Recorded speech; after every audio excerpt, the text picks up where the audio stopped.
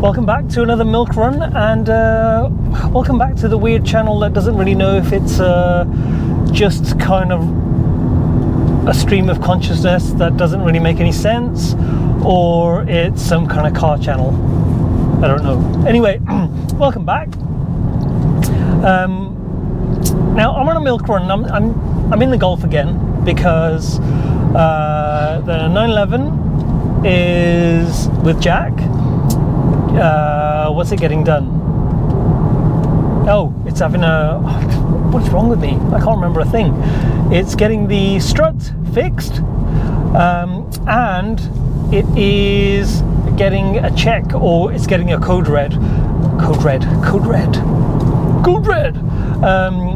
It's had a check engine light come on, so that's being checked as well, and hopefully that's nothing. It's a blip, or it's a coil pack or something simple like that. It didn't make any difference the way it drove, so should be fine.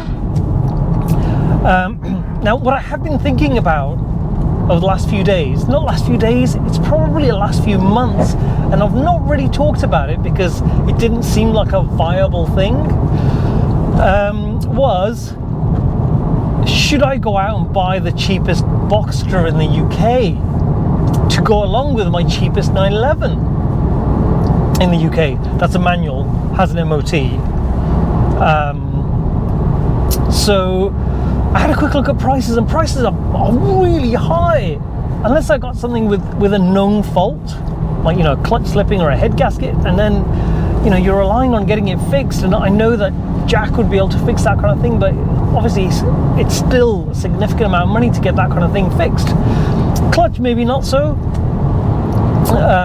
And I've been looking at prices. I've been checking out the prices on Boxsters, and they are, you know, anything from sort of, I mean, if you really look around, anything from around £2,500. This is where it's got an MOT and it runs, to, you know, £7,000, £8,000, £9,000, £10,000. I'm talking about older ones, you know, with probably higher mileage, around about, you know, 20 years old.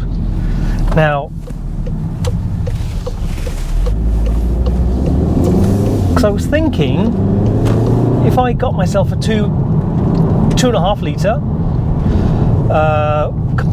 and the cheapest one going, I don't know how I'd do that though, because I kind of lucked out on the 911 because I just went and searched in Auto Trader, but now they're really quite high on Auto Trader, the prices of Boxsters, and everybody's doing videos about they're the next big thing, so that's not helping. But also, I've been thinking, well, what if I sold my MG? I'd easily be able to buy a Boxster and be able to use it every day in a Boxster, and it would probably be, would it be more enjoyable? I don't know. You wouldn't get the raw agricultural nature of the MG. You'd just get, like, if I bought a Boxster S, it's kind of, you know, it still does 0 to 60 in under 6 seconds, and it's a 2-seater, it's mid-engined, it handles brilliantly. The performance is kind of like almost there of the 911 Magpie. So I can't really, and all the other thing that's holding me back is not just the price of it, but also is the fact that my MG, now that it's sat in storage, it's just costing me about 10, even when I'm using it, it's costing me about £10 a month, and then fuel on top of that. So I don't drive it very often, whereas I guess a Boxster I'd drive that a lot. I could drive that any time of the year. Whereas my MG, I probably do, in a really good year where I've used it a lot. Actually, it's coming up to mid-August and I've not seen it. Apart from when I dropped off my 912 for storage, it was parked there. That's it. So I've not driven it at all this year, but about 600 miles a year on a really good year. Whereas I'd probably do a few thousand on a Boxster because you could just go down to the shops in it.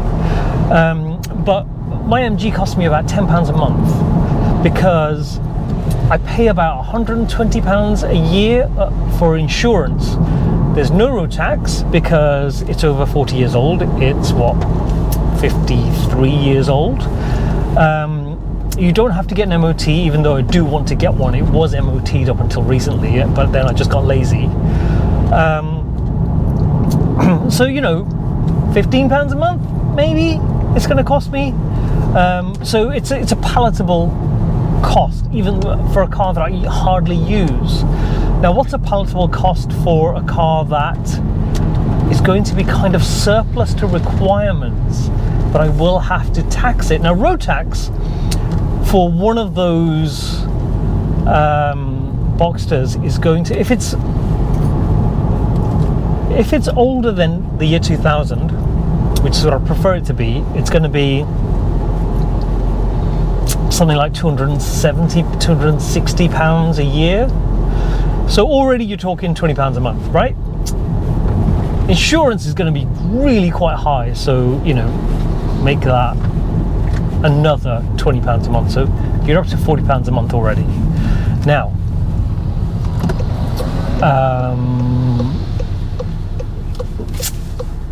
then obviously you've got MOT and servicing. It's going to need more regular servicing. My MG goes years and years and years without being serviced. Pardon the noise of the wiper. And where are we going? Oh, we're going. And let's see how it sounds in race mode. Here we go. Ready.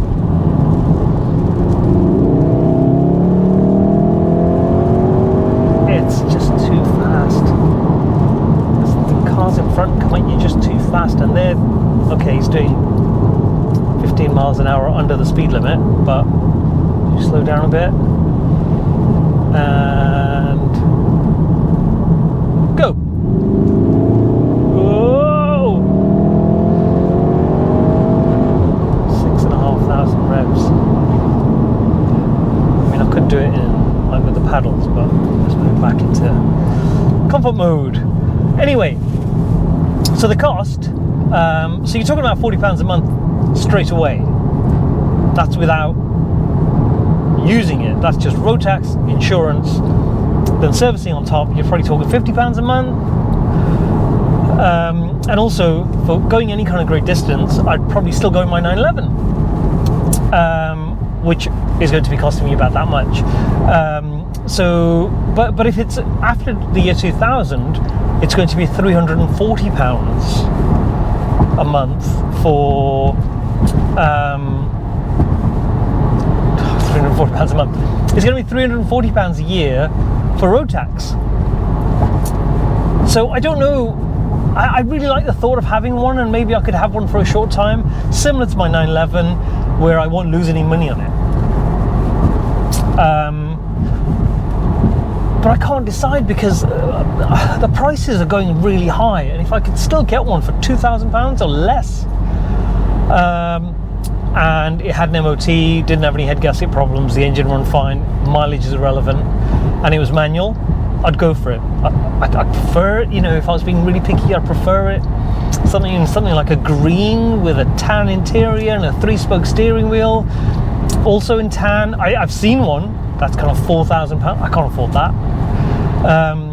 It's got to be under £2,000. So I need to have a think about that. And I think it would be really cool to have one. I just want to experience one. I don't care if it's a 2.5, 2.7, 3.2. Actually, I probably think I'd want it to be a 2.5. I want it to be the really narrow-bodied, small, hunkered down, kind of almost petite-looking one, with the slightly smaller wheels. I don't know why. I just think it's kind of growing on me. Maybe I should do that. I don't know. Anyway, I just wanted to share that because that's what I've been looking at. I thought someone might say, oh, I've got one sat in my garage for £1,500 and it works, and I've just never stopped using it, and all you need to do is get it MOT'd. And I'd go, oh great, I'll be straight over. But that's highly unlikely. I do see one driving around, which kind of really reminds me of my 911. It's silver, and I think it's a 2.5 litre one, and it's covered in muck. It's got moss growing on it. but it sounds great, and someone's driving it around no matter what the weather is, because obviously it's a soft top, but it's watertight. Unlike my MG, if I was driving that today, it's raining a bit, and there'd be rain soaking me from the join between the hood and the screen. So, and I never got around to fixing it because I don't drive it in the rain. Every now and again, once every 5 years, I might get caught in a shower because I've planned it badly, but that's it. That's the only time it goes out in the wet, which is why from when it was kind of restored back in 1999, 2000, if you look at the underneath of it, it's still red. There's no underseal or anything on it, it's just red. So, so that's my dilemma. Am I in yet another painful horns of a dilemma? I'm on the horns of a painful dilemma again. Painful dilemma. No, the dilemma isn't painful. The horns, being on them, is painful. I should edit that out. I don't know why I try and make sense of that. But anyway, that is what I am thinking about, and I'm going to also about my YouTube channel. I'm thinking, because I'm starting to get back up to where I was probably a couple of months ago, where I was I'm heading towards a subscriber every couple of days, or every day, mostly because I've started to upload regular content. But I'm starting to think about, and a few people have suggested it as well, and I've been thinking about it for a while. Should I just start doing shorter videos? Not shorter videos, shorter videos in between my regular videos, where I might be doing a milk run, I don't always record it because I can't find my camera, the camera's dead or something like that, but I should make sure that it's charged and then make that kind of video. I think I would like to, because it becomes more of a video blog. And the thing that I probably would have gone into right now is talking about how I was thinking about, just before I get in the car, about how I've been changed by being a parent. I don't know if anybody wants to hear my opinion on that, or my views on that, or my experience of that, but I thought it was quite dead fox. Not profound. Anyway, I thought it was something that it just played on my mind, how being a parent had changed me, and the things that I would do now that I wouldn't have done then, and the things I did then that I wouldn't do now. Anyway, maybe I'll talk about that. Maybe even on the way back from the milk run. Sort of milk run part 2. Anyway, thank you for listening. Hopefully you're still listening at the end. And tune in for the next milk run or part 2 milk run. Thank you.